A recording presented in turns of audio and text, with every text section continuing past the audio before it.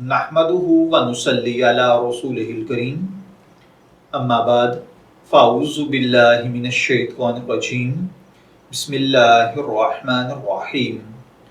अस्सलामु अलैकुम dear viewers, आपके फेवरेट इंफॉर्मेटिव चैनल फतवा ऑनलाइन से मैं हूं शब्बीर अहमद।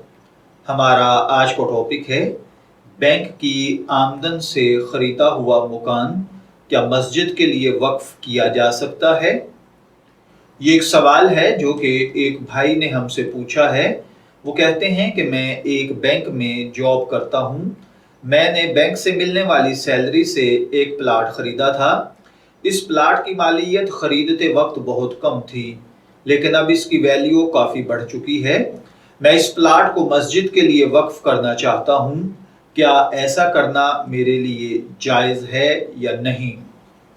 तो देखिए भाइयों और बहनों, याद रखिए कि बैंक की मुलाजमत, बैंक अगर आम बैंक है यानी इस्लामिक बैंक ना हो तो उसकी कमाई से जो प्लाट खरीदा गया है, ये तो बाद की बात है, वो कमाई ही हलाल नहीं है।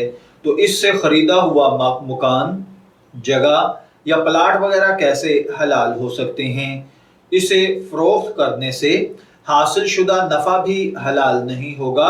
लिहाजा आप इस रकम से अगर कुछ करना चाहते हैं तो वो सिर्फ इतना कर सकते हैं कि इसको आप सेल आउट कर दें, और जो पैसे आपको मिलें वो बग़ैर नीयत के यानी बग़ैर अजर व सवाब की नीयत के, अगर कोई ज़कात या सदक़े का मुस्तहिक है तो इसको दे दें। ये प्लाट मस्जिद को देना मुनासिब नहीं है।